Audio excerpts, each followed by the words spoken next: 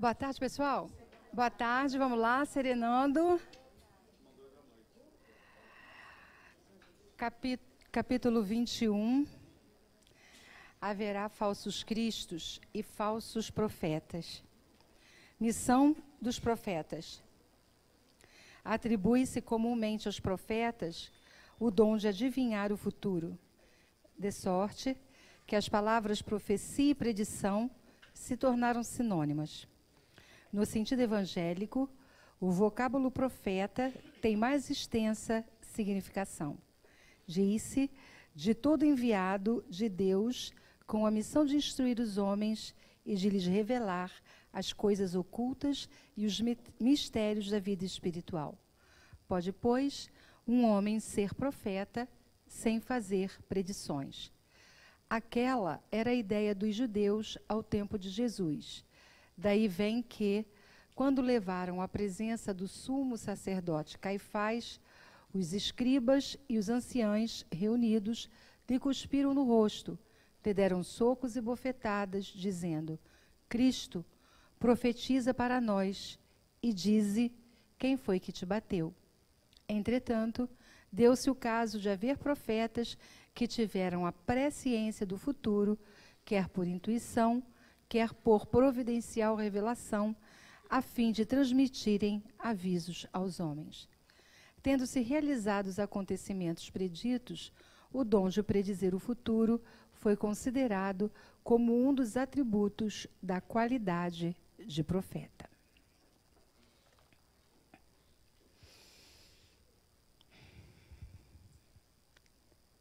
Deus Pai, Jesus, amigo, Joana de Ângeles, nossa querida e amada protetora, amigos espirituais de nossa casa, nossos amigos também, agradecemos por estarmos mais uma vez aqui. Vamos em busca, Senhor, nesta tarde, de um pouquinho mais de consciência. Permita que possamos juntos, Senhor, unidos pelos mesmos objetivos, pelos sentimentos de amor, descobrirmos quem somos, nos autodescobrirmos para podermos encontrar as soluções para a nossa própria cura. Graças a Deus.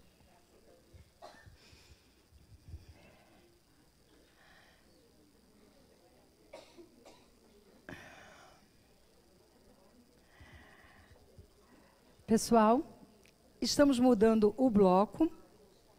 Estamos começando hoje o bloco 6, o amor como solução. E nós vamos falar, eu vou ter que pedir para o pessoal ficar quieto. Como assim? Ai, ai, ai. Então, pessoal, nós vamos falar dessa questão que é bem desafiadora, que é a questão da família. É tudo de bom, família, na nossa vida, é ou não é? Eu não senti firmeza na resposta. Ah, bom. Então, família é tudo de bom, não é? Ok. Então, tá bom. Vocês são falsos, hein? Nossa Senhora. Ai, alguém fala para lá. Alguém se atreveu a falar às vezes. É assim? Então tá. Consideramos justa toda forma de amor? Bibliografia de hoje, pessoal. Psicologia da gratidão, estudos espíritas e constelação familiar. Da gratidão.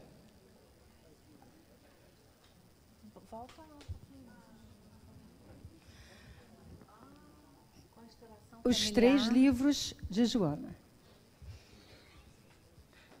Ok? Posso ir em frente?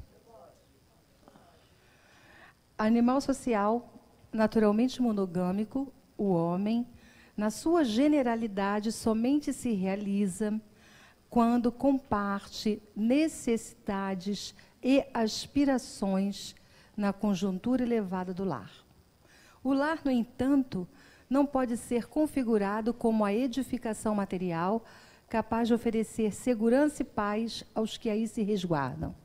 A casa são a argamassa, os tijolos, a cobertura, os alicerces e os móveis, enquanto o lar são a renúncia e a dedicação, o silêncio e o zelo que se permitem àqueles que se vinculam pela eleição afetiva, ou através do impositivo consanguíneo decorrente da união.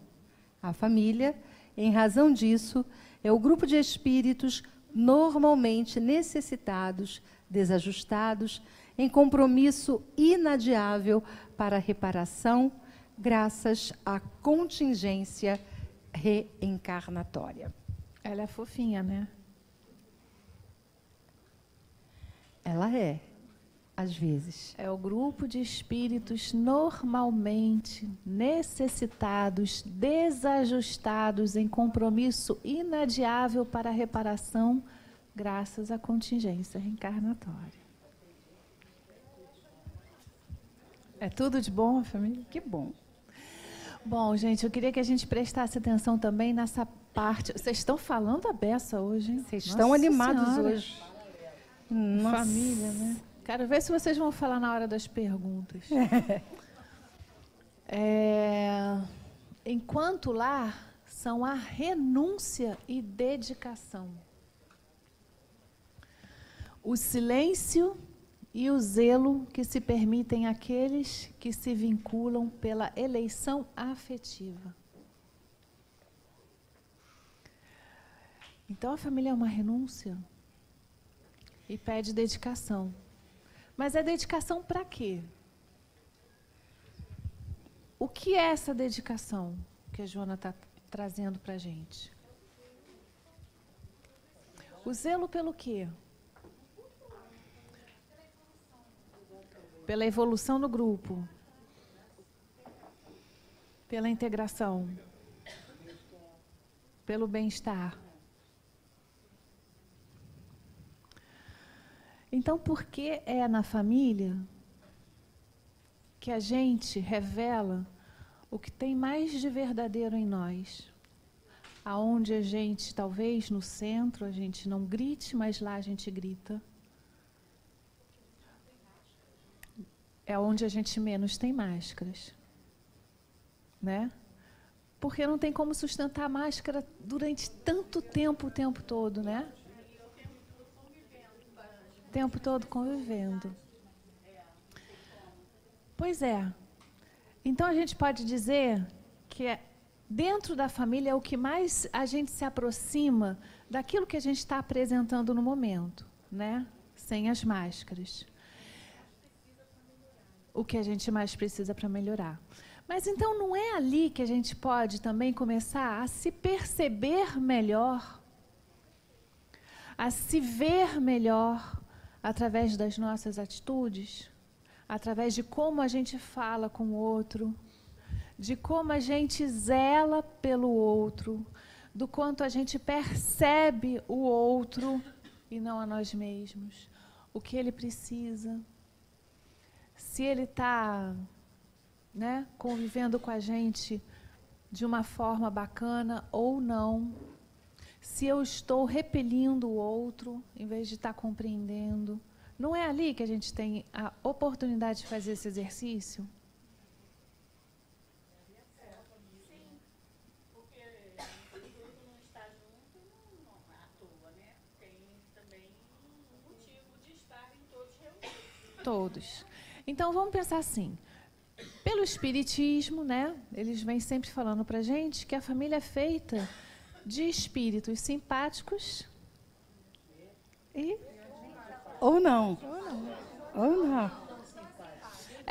Às vezes dá uma misturada, né, para dar uma equilibrada. Eles são bonzinhos, às vezes eles botam um que, puxa, vai fortalecer a gente e o outro que vai... Desafiar. É aquele que vem para dizer, opa, aqui você não vai ter paz na sua vida, porque eu vim para fazer você entender que a paz está dentro de você. Não é isso?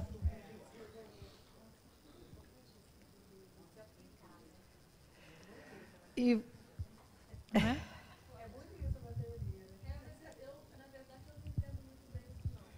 então, peraí. Não, se é só isso, teve uma amiga que falou aqui assim, na verdade, eu não entendo muito bem isso, não.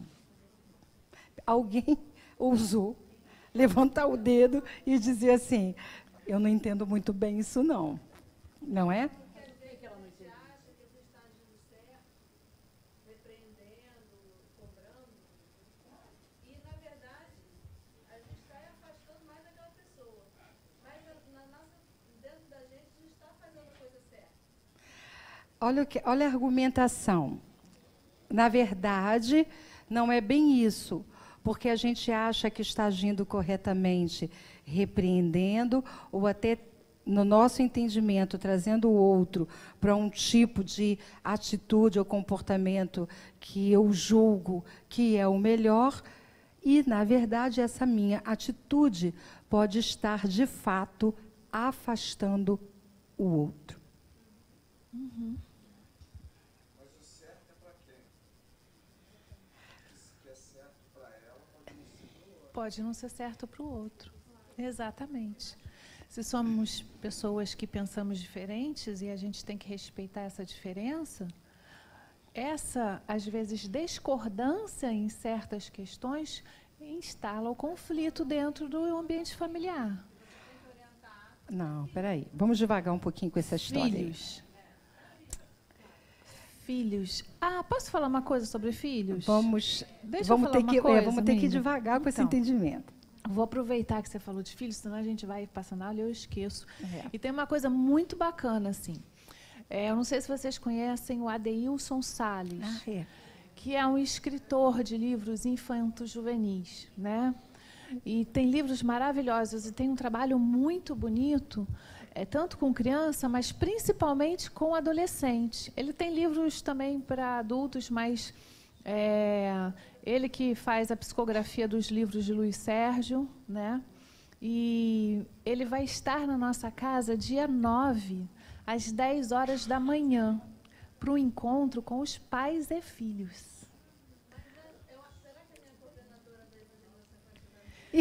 Vai estar liberadíssima. Porque o que acontece? Essa relação de adolescente é muito complicada. Porque é exatamente aquele momento em que o adolescente diz assim, eu não quero mais ser igual ao meu pai e minha mãe. Eu quero descobrir quem eu sou. Então, ele rompe com tudo aquilo que ele aprendeu para ir em busca de si. O pai e a mãe, por um outro lado, que esperam que o filho responda à educação que eles passaram, né? Passaram valores, né? E aí eles dizem assim, está errado, não foi isso que eu ensinei. Ele não pode ser isso. Ele tem que ser aquilo que eu ensinei. E aí o conflito pega fogo. E coincide com o momento em que os hormônios estão bombando, em que ele precisa estar inserido no núcleo da amizade, em que tem vários pensamentos ainda equivocados, ele está tentando se achar, tentando entender esse mundo que está sendo apresentado para ele, né? As inseguranças são muitas. Então, assim, o Adeilson, ele é um cara assim, que ele compreende muito bem a mente desse jovem. A gente fez um encontro com ele, o grupo jovem, e quando ele entrou, o grupo jovem meio que torceu o nariz assim, mas bastou ele começar 5 minutos a falar que o grupo jovem começou a abrir o olho assim, e todo mundo começou a perguntar isso e aquilo, falaram de inúmeros assuntos. E aí eles não queriam mais que o cara fosse embora. Foi difícil, a gente quase foi até as 10 horas da noite. E aí a gente teve uma ideia de trazer ele para conversar com os pais, para trazer essa visão do que é ser adolescente. E alguns adolescentes também podem vir, porque pode ser uma troca muito boa. Então, vai ser 1h30 de uma conversa bem bacana, né? Como ele não foca muito na questão espírita, e sim nessa questão do relacionamento entre pais e adolescentes, vocês podem trazer quem vocês quiserem. amigos que não sejam espíritas, que vai ser uma conversa bem boa. Pode ser que a gente transmita também. E eu acho muito proveitoso, mesmo quando a gente tem criança pequena, porque a gente já vai preparado para entender que universo doido é esse, né? Que a gente acaba chamando de aborrecente, mas porque a gente, na verdade, não entende, né? E esse é um dos conflitos que a gente tem mesmo dentro da família, e tem uma série de problemas vindo disso daí. Então, como a gente sabe que eles estão buscando, porque, olha só, isso foi um pedido deles, dos jovens. Eles querem se comunicar com a família, eles só não estão entendendo como, né? Então, eu acho muito bacana. Então, o convite está feito, gente, dia 9, sem ser esse sábado ou outro, você está liberadíssima. Você não. Olha só, pessoal, eu só queria fazer... brincadeira, porque tem um monte de evangelizador aqui que já está pedindo 10 horas, sábado, dia 9, sábado, dia 9 de setembro, às 10 horas. Da manhã. 10 horas da manhã, aqui no Seja, ok? Eu só queria fazer uma complementação dessa questão, porque a gente entende também que educação tem um limite muito tênue. Porque, ao mesmo tempo em que os jovens, os adolescentes, os meninos e meninas vão crescendo e querendo, e apontando e demonstrando o ser que são, o espírito que eles têm com a sua própria biografia, existe sempre para os pais ou aqueles que têm um papel de educadores, de trazer valores para aquele jovem. Quando a gente fala do entender o momento e a situação, não quer dizer absolutamente ser conivente com tudo que aquele pré-adolescente ou aquele adolescente está disposto a fazer, mas compreendê-lo em seu momento, o que é bem diferente. Porque permissividade não é educar. Absolutamente não é. E dizer não dá muito trabalho. Dá um trabalho danado. Às vezes é mais fácil dizer sim para tudo, porque você vai deixar ele ser o que ele é e você vai viver a sua vida. Mas não é bem assim. Pois não é bem assim. Então, existe um limite muito tênue nessa questão da educação e daquela responsabilidade que pai e mãe nasceram e tem que ter diante dos seus filhos, daqueles que nasceram sob a sua responsabilidade. A questão que a gente está abordando é que muitas vezes a gente reproduz o modelo como, sabe aquela história como nossos pais, bem Elis Regina? Do Belchior, aquela história, tudo que a gente dizia que estava errado, porque quando eu tiver meu filho, eu vou ser diferente, porque quando eu tiver meus filhos, nada será como está sendo comigo. Em algum momento, o que a gente faz? Esquece e reproduz. E aí não anda junto com o que precisa andar. E, mais uma vez, não quer dizer aceitação para tudo. Absolutamente não é isso. Mas entender que o outro é um ser diferente de mim. Onde é que está o pulo do gato? Aí é que está o pulo do gato.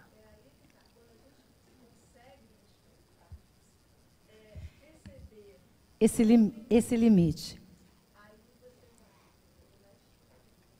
É desafiador todos os dias. É aprendizado. É. A gente aprende todo dia. E eu quero dizer o seguinte, não é só na faixa do adolescente, eles vão crescer mais ainda. E poderão mostrar mais ainda e com mais autoridade o que são. Exatamente. Quem quer? Alguém quer? Não tem manual, curso né? Tem, gente. Olha, a constelação familiar que a Joana traz. Olha os livros. Tem curso. Modernamente, ante a precipitação dos conceitos que generalizam na vulgaridade os valores éticos, tem-se a impressão de que paira rude ameaça sobre a estabilidade da família. Mais do que nunca, porém, o conjunto doméstico se deve impor para a sobrevivência a benefício da soberania da própria humanidade. A família é mais do que o resultado genético. São os ideais, os sonhos, os anelos, as lutas e árduas tarefas, os sofrimentos e as aspirações, as tradições morais elevadas que se cimentam nos liames da concessão divina, no mesmo grupo doméstico onde medram as nobres expressões da elevação espiritual na Terra. Ela chama atenção mais de uma vez por correntes, né, que tentam destituir da família o seu valor.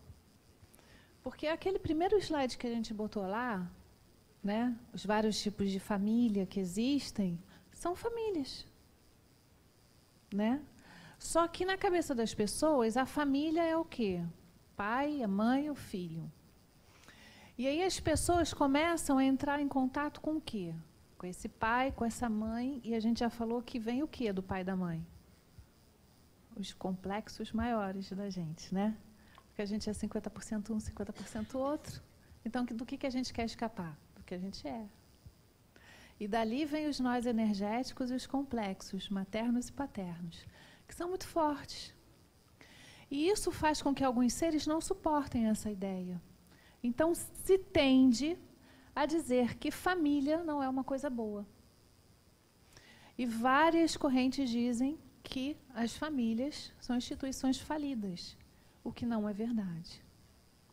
Sejam da forma que forem formadas, esses núcleos que se agrupam em torno do sentimento maior que é o amor, pela vontade de conviver junto, ou seja, nasci junto da família, não tenho tanto amor assim, mas de alguma forma eu estou ali naquela família porque preciso aprender alguma coisa com ela. Então são instituições não falidas, mas muito vitoriosas, na verdade. Porque se a gente pensar quantas vezes a gente recebe um filho que nós, no passado, tivemos um comprometimento muito grande e se não fosse dentro da família a gente não conseguiria resolver, olha como é vitorioso o núcleo familiar. Porque nem sempre a gente consegue resolver tudo, mas parte sim. Porque quando nasce uma criança num seio familiar, ela já vem com aquela carinha linda, aquele bebê lindo, já encantando, né? Ali já tem toda uma maternidade, já tem toda uma situação ali que você já começa, independente de que, se aquele foi o teu inimigo do passado, né? E aí você já começa a desenvolver algum tipo de amor. Algumas vezes acontece o desamor? Acontece, né? Mas a convivência não é também um aprendizado? Joana diz que o lar é o cenário, o local onde a gente vai aprender este amor que Jesus trouxe, que é o da fraternidade humana. A única possibilidade de nós estendermos o amor para além é exercitarmos o amor no lar, dentro da família.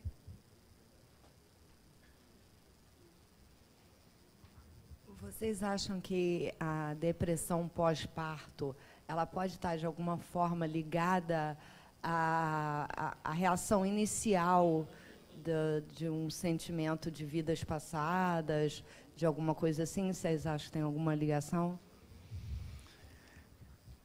Tudo que a gente sente no corpo vem da alma. E tudo que está na alma são os registros do passado. Às vezes é uma dificuldade pessoal, às vezes não está na relação em si, mas medos de alguma coisa que ela possa ter enfrentado no passado e não tenha conseguido, né? Diluir de alguma maneira. Diluir. E aí ela vem com aquele medo e aquilo tudo é instalado e aquilo, ela tem que vencer aquilo pelo amor. E aí você sabe que tem várias formas, né? Então, assim, vamos para o tratamento espiritual, vamos fazer terapia, vamos trabalhar isso, né? Vamos ser cuidada, né? Porque alguma questão tem. Da onde está vindo essa questão? Da onde está vindo essa questão? É da pessoa. É pessoal. Qualquer não é do situação de filho, depressão. é dela. Qualquer. Né? Olha Agora, só. pode ser que venha assim da relação ou só dela. Mas aquilo que a gente traz, gente, as predisposições físicas, orgânicas, né? Aquilo tudo vem da nossa psique. E de qualquer forma, como a nossa amiga estava falando aqui, qualquer situação de depressão precisa de acolhimento. Então, quando a gente, em algum momento, entra em contato com uma situação e tem uma mãe que está vivendo essa questão da depressão pós-parto, é preciso que a gente acolha, aceite, entenda que aquela é uma realidade que precisa ser ultrapassada. É por autossuperação? Sempre é. Qualquer situação é superada por autossuperação, mas há que ter acolhimento. Eu acho que isso que você falou sobre depressão pós-parto também é um mito muito grande, porque a gente, quando engravida, às vezes muito jovem, tem na cabeça de que a gente vai ser a pessoa mais feliz do mundo, que vai nascer aquele bebê mais lindo, com o rostinho mais lindo do mundo, e é uma coisa que você não conhece, é um ser novo na sua vida, né? Então, muitas vezes, eu acho que também, né, pode ser por isso, que é o desconhecido, né? E agora, o que eu vou fazer? Qual a minha responsabilidade? Né? Então, as pessoas faziam muito, não sei se agora, mas na minha época, né, aquela fantasia de que vinha assim, né, o mundo encantado e nasce o bebê. Eu acho que não é bem assim. Então, acho que também responde um pouco ao que você está falando. Né? E aí, às vezes, a gente se sente culpada por isso, que não tem que ter essa culpa, né? Olha só, isso é a questão de você quebrar uma determinada fantasia, caminha por um lado. Agora, a depressão pós-parto é uma doença como qualquer outra depressão, que pode ter as causas e as variáveis que fazem com que isso aconteça podem ser muitas. Mas o que é importante como qualquer tipo de depressão, é ficar atento aos sinais, porque é muito sério. Tem uma amiga aqui que ela está falando que é obstetra. Então, ela está dizendo que conviveu, claro que sim. Então, é uma situação seríssima e que precisa ser acolhida, além com tratamento terapêutico mesmo. Exatamente. Psiquiatra, okay? Né? E porque é importante o alerta que você está fazendo dessa seriedade dessa doença, porque Exato. muitas vezes essa mãe é julgada. Exatamente. Ela é julgada porque... Julgada por esses valores. Exato. Né? Porque não é aceito que uma mãe sinta isso. Exato. Porque tem risco. É isso mesmo. Exatamente. Então, assim, mas é por isso que a gente estava falando, não só nesse caso, como essa pode não ser bem entendida, mas outras situações de depressão, às vezes, também não são. Então, por quê? Porque é o tipo de enfermidade que não é diagnosticada por exames, radiografias e coisas desse tipo. Então, muitas vezes, quem está em volta não reage da melhor maneira nessas situações e nessas condições. A constelação familiar deve ser formada por sentimentos de afetividade, sem pieguice e de disciplina sem rigidez. O lar não é somente o lugar dos deveres, mas também do prazer, da alegria de conviver e sentir a família, de experienciar júbilos e programar festividades que possam auxiliar os bons relacionamentos sociais. Por isso mesmo, é justo que possua um clima emocional agradável de equilíbrio, ao invés de ser o lugar onde as queixas e as reclamações fazem-se normais, de tal maneira que o ambiente está sempre contaminado de mau humor e de pessimismo. Esse é um alerta bom, porque reclamar, fazer queixas, é um hábito que a gente vai tendo e fortalecendo. Então, me lembro de um palestrante que a gente recebe aqui, que ele usa uma palavra que eu não esqueci mais, que nós precisamos ter cuidados, Dr. Paulo César Frutuoso que fala isso, nós precisamos ter cuidados com as nossas muquerelas.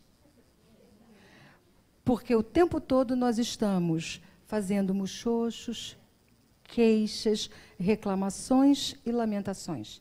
Aí ele juntou tudo e chamou de muquerela. Então, se a gente não prestar atenção no nosso dia a dia, nós vamos sim nos prender às queixas, às reclamações, às lamentações, no mínimo um muxoxozinho. E a gente torce assim o bigode, o nariz, e vai. E isso é um hábito que a gente vai criando. Na hora que a gente está chegando em casa, a gente só olha para aquilo que a gente entende que precisa ter reclamação ou algum tipo de cobrança. E a gente, às vezes, perde o equilíbrio nisso, né? Então, a gente coloca muito peso numa coisa, e quando a gente vai buscar a outra, o prazer, o outro já diz assim, de você eu não quero nada que venha. Porque eu já sei que vem alguma coisa que eu não gosto. Então, é muito importante a gente estar trabalhando esse outro lado, de estar trazendo essa reunião familiar, as coisas que dão prazer para a família em conjunto, não para um. Olha, eu não estou te dando isso aqui para você ficar bem. Eu estou dando para a família para que a gente possa se reunir e ter momentos prazerosos. Né? As reuniões familiares, em torno de um aniversário de alguém, Natal, Ano Novo, essas coisas todas fortalecem o núcleo familiar. Sai briga? Sai, mas é bom. É engraçado que a gente fala, né? A gente trabalha muito a semana, né? Qualquer coisa. Antes de eu sair de casa, eu tive que vir correndo. Eu tenho um consultório na minha própria casa, que é um pouquinho do lado, mas atendo lá. E aí... agora de tarde estava me preparando para vir para cá, aí eles falaram assim, olha, a gente quer uma terapia familiar. Aí eu falei assim, mas eu não faço terapia com a minha própria família. Eu falei assim, não, mas a gente precisa sentar para conversar. Eu falei, lá vem bomba, né? Estou fazendo aula hoje de família. Aí sentaram todos assim, eu falei assim, olha, o negócio é o seguinte, a gente está organizando uma viagem para a família para 2019. Falei, nossa, tá bom. Que planejamento. Não, porque aí que eles começaram a colocar aquilo que eles têm vontade, porque, na verdade, a gente nunca fez uma viagem do tipo que eles estavam propondo, só que eles estão grandes. Então, eles programaram o que cada um vai juntar, vai deixar de fazer, para que um ano e alguns meses eles consigam juntar o dinheiro todo para cada um chegar e pagar a sua parte. Abrir uma poupança para que todo mundo possa fazer uma viagem desse tipo. E eu achei interessante eles tirarem os prazeres que, na verdade, eles têm fora da família, que é o sair com os amigos, o jantar, sei lá, a festa.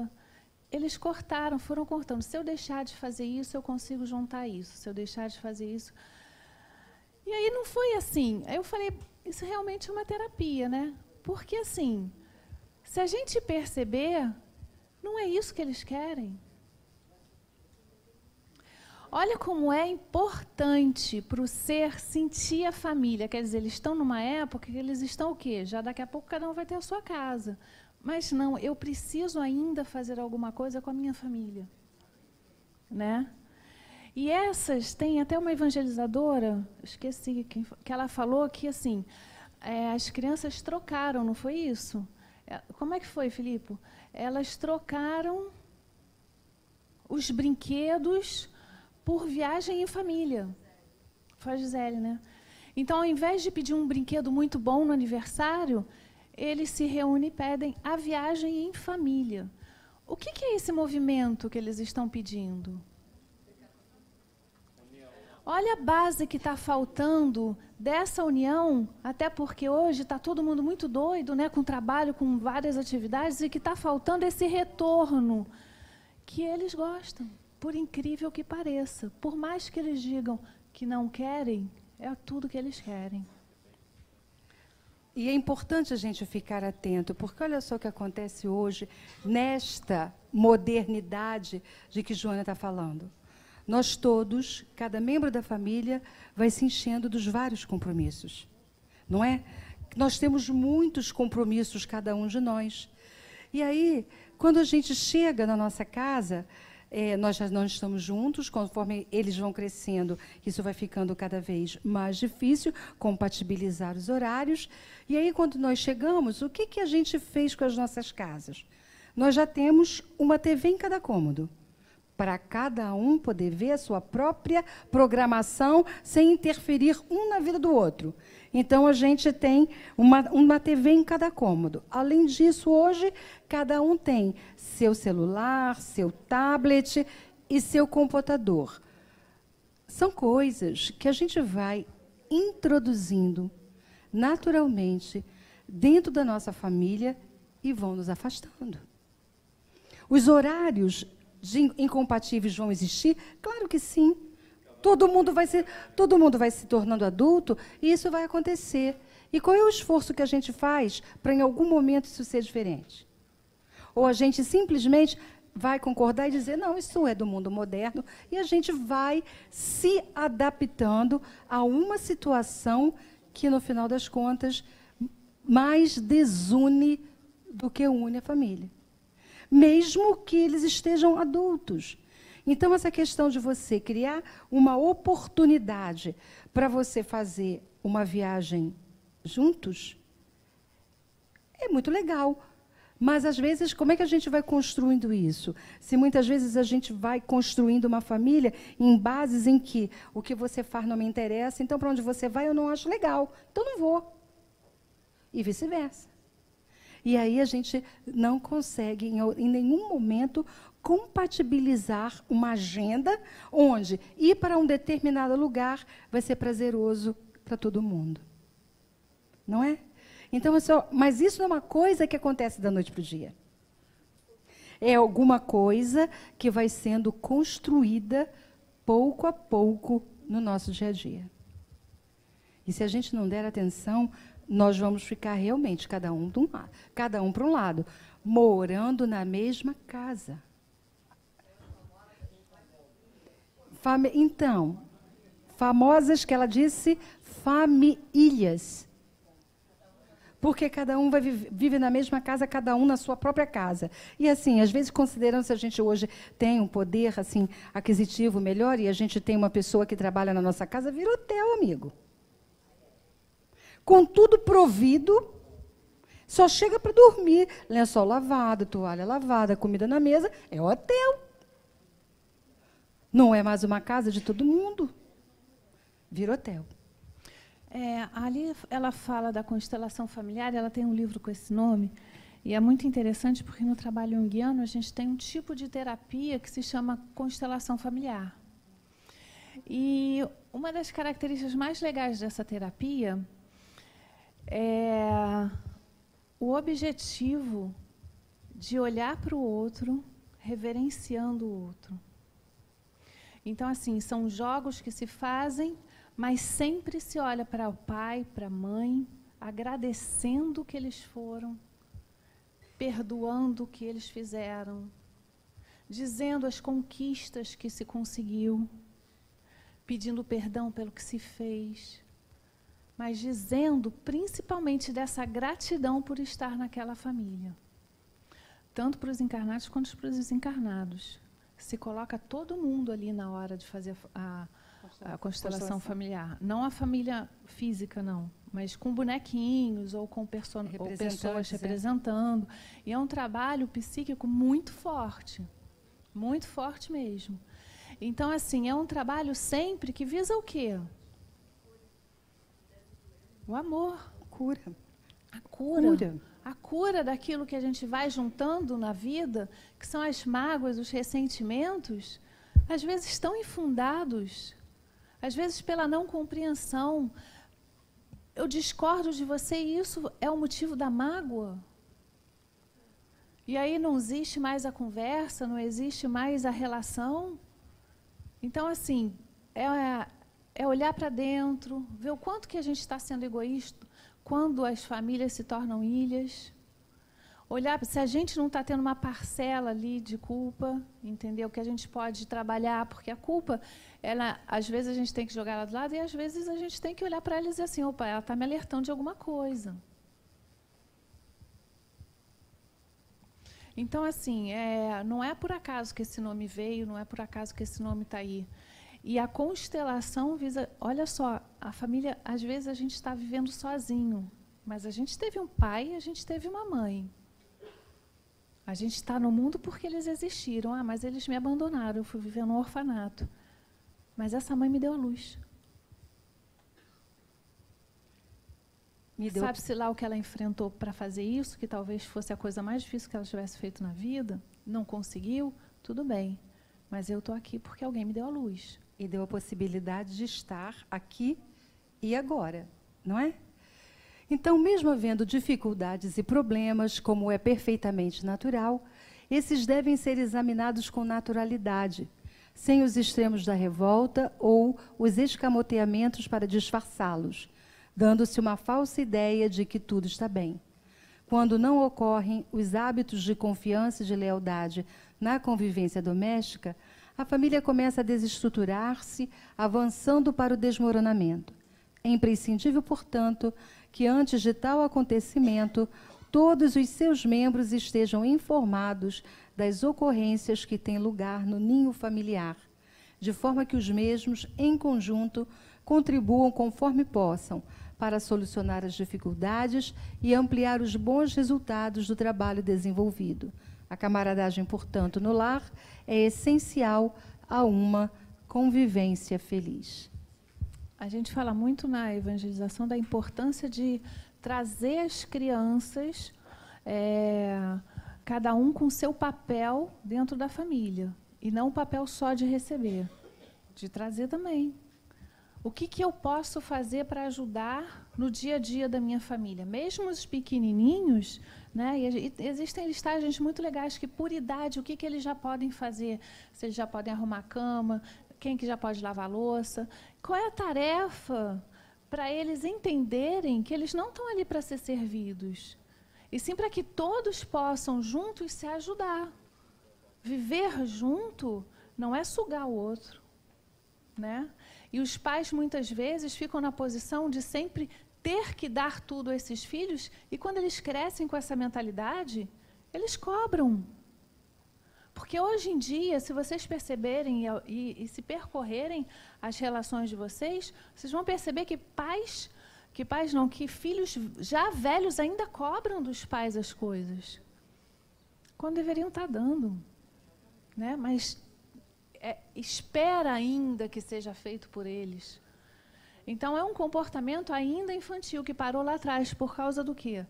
Da falta de responsabilidade, da sua responsabilidade dentro daquele núcleo familiar. E não é porque é pequeno que não tem. Tem, né?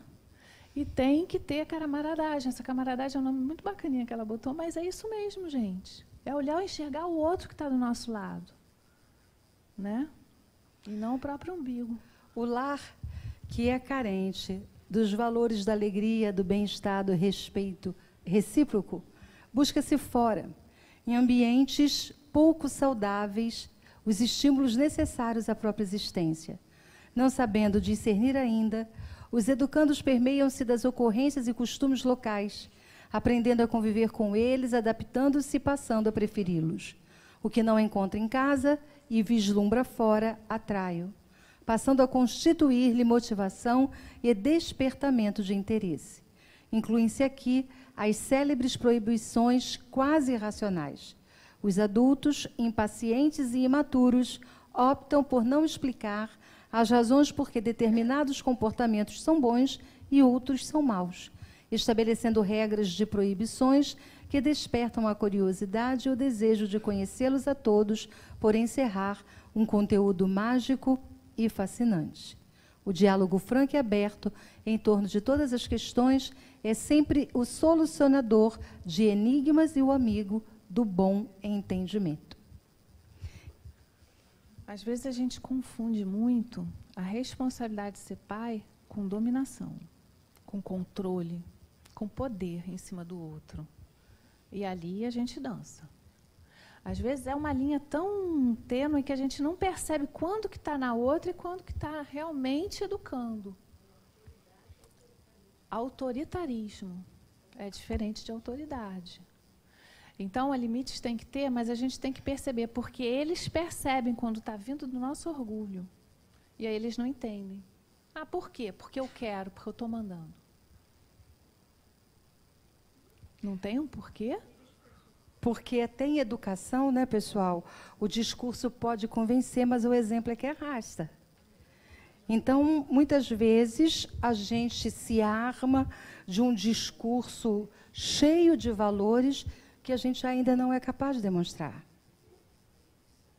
E aí, a galera vai crescendo e dando conta do ser real que nós somos. Porque justamente na casa onde a gente mora, com quem a gente está convivendo, a gente consegue ter menos máscaras. E se eu sou uma criatura de característica autoritária e dominadora, sobre quem eu vou exercer meu poder? Sobre aquele que não pode reagir. E hoje o mundo está andando rápido. A gente está evoluindo. As crianças estão nascendo mais evoluídas do que a gente. Então, o que acontece? Em determinadas épocas, né, a gente começa a perceber isso. Que aquelas crianças vêm dizendo, não, eu não aceito isso. Né? Ah, você não vai sair com essa pessoa. Por quê? Porque ela não é boa para você. Por quê? Não, ela não é da sua classe social. Oi? E aí a criança já entende aquilo como um absurdo, mas o pai ainda não entende, porque ele foi criado daquela forma, tem aqueles conceitos morais. E aí, nisso, ele cai. Por quê? Porque ele pode até ter os conceitos e as loucuras da cabeça dele, mas ele tem que entender que o outro, se pensa diferente, se já está reformulando outros pensamentos, que é preciso parar e pensar, opa, será que não sou eu que estou com um conceito fora do que é real? Porque, às vezes, a gente vem de conceitos por condicionamentos. A gente nem reflete em cima, a gente vem com aquilo forte dentro da gente, paradigmas, muitas vezes. E aquela criança vem e diz para a gente assim, opa, não concordo com isso, não. E aí existe esse choque de relação. E aí a gente tenta impor. E ali a gente cai. Por quê? A gente tem que lembrar que esses jovens vieram para mudar o mundo. Então, tem alguma coisa ali, e esses aprendizados nesses núcleos familiares são dos dois lados. Não é só para a criança aprender. A gente também aprende. Todos nós temos uns a ensinar aos outros. Quando a gente menospreza o outro, é que a gente tem que estar alerta. Tem um orgulho aqui que está dizendo que o outro não tem nada para me ensinar. Ah, mas essa pessoa não sabe nada, né? Opa! Não é bem assim, né? Quando algum membro não consegue ajustar-se ao programa geral, o que sempre ocorre, ao invés de ser expulso do grupo, convém considerá-lo na condição de alguém necessitado de compreensão, ao invés de portador de impedimentos, evitando-se a antipatia ou a animosidade, sejam ocultas ou declaradas.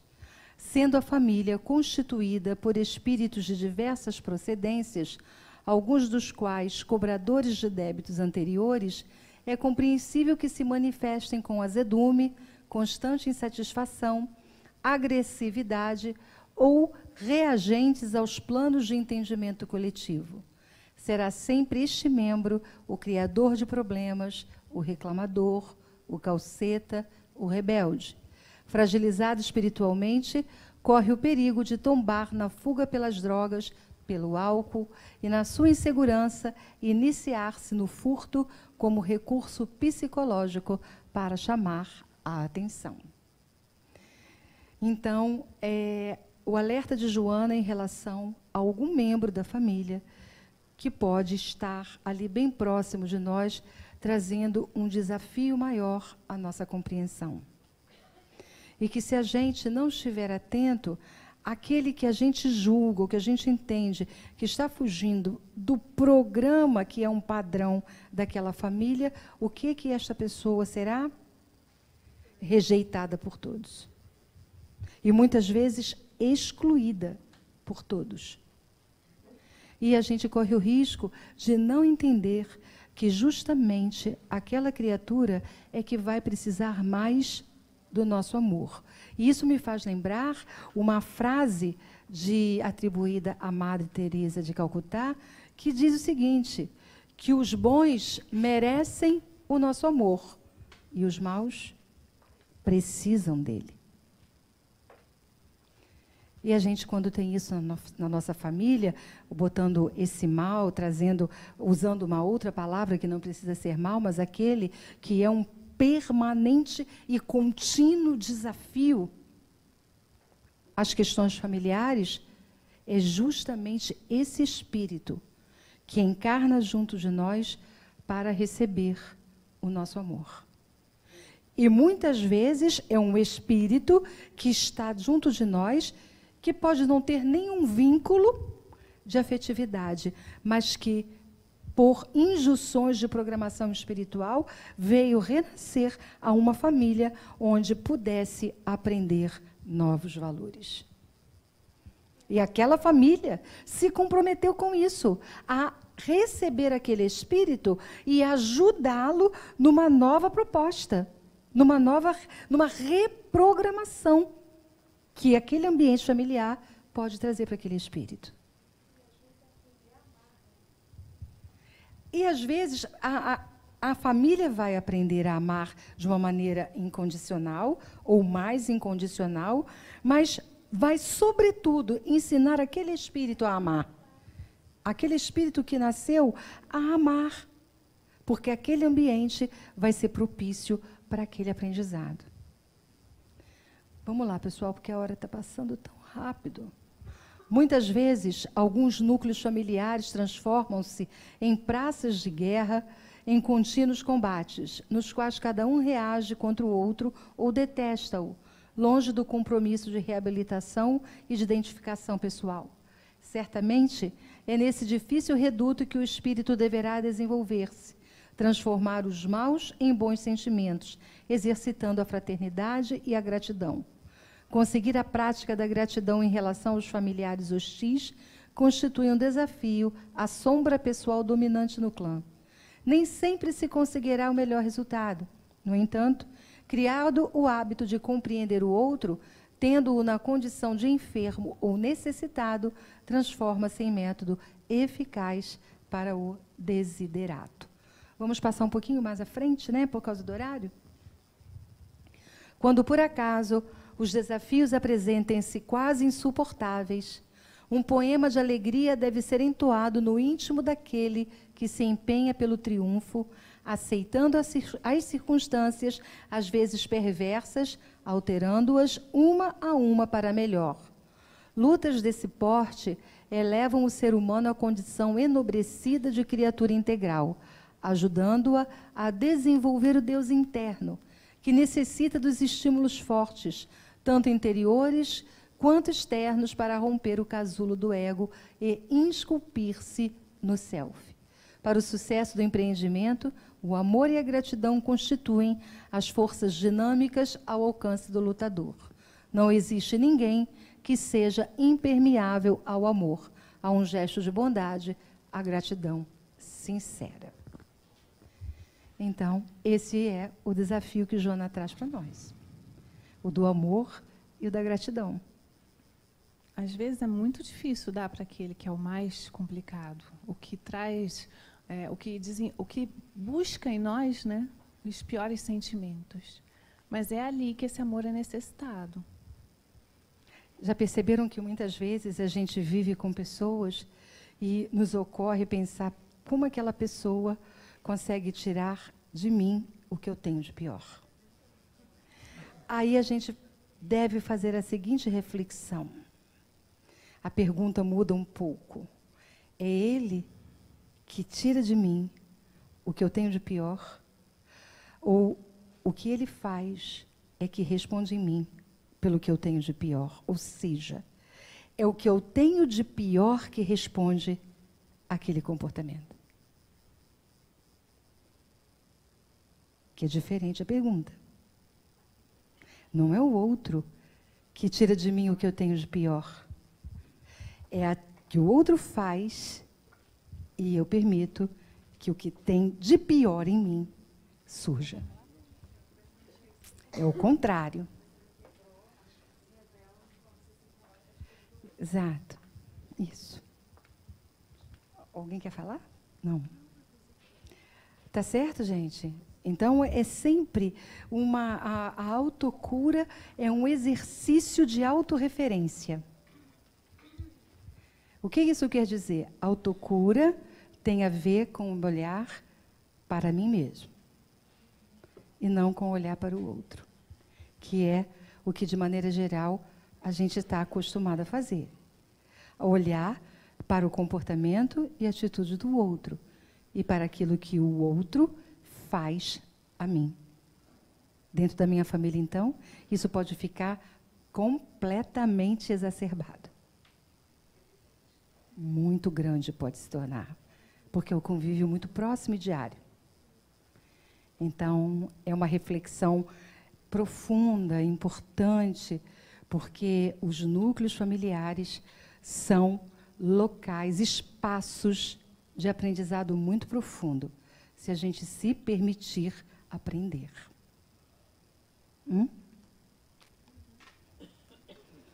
Perguntas. Quais os sentimentos que tenho compartilhado com aqueles que convivem comigo? Quais os sentimentos que tenho compartilhado com aqueles que vivem comigo? Identifico com clareza os desafios e ou benefícios existentes em meu lar. Já sei quais são os meus desafios e quais são os benefícios.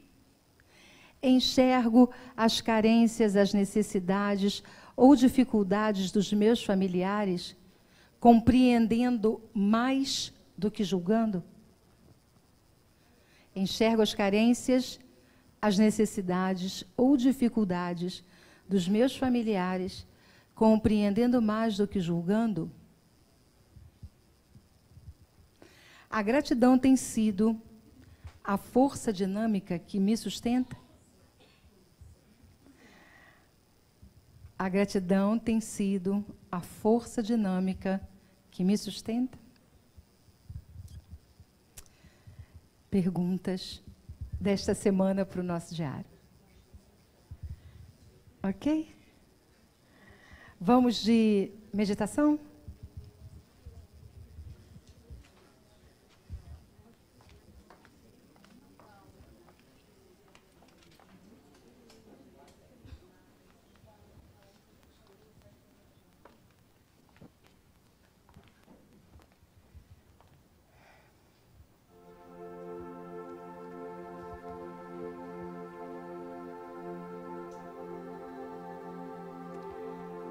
O amor divino inunda-me de paz. Sua presença conduz-me ao próximo que passo a amar. Descubro-me em falta para com Deus e para com o meu irmão.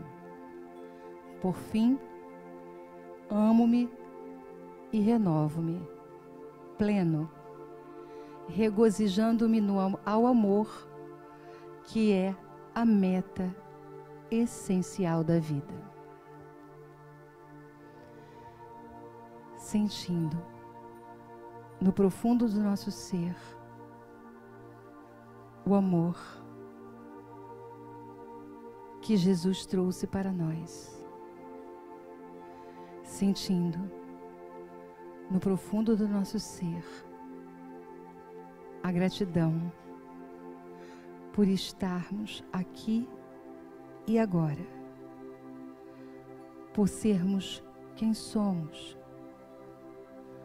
por termos as heranças genéticas e familiares que temos, ao mesmo tempo, pela genética e herança que demos aos nossos filhos. que possamos fortalecer o amor que se transforma em compreensão do outro, da experiência evolutiva que o outro está vivendo. Esse outro que vive dentro da nossa casa. Esse outro que faz parte da nossa família e que constitui conosco o nosso lar. Que possamos agradecer sobretudo a Deus, nosso Pai, que permitiu que estivéssemos aqui,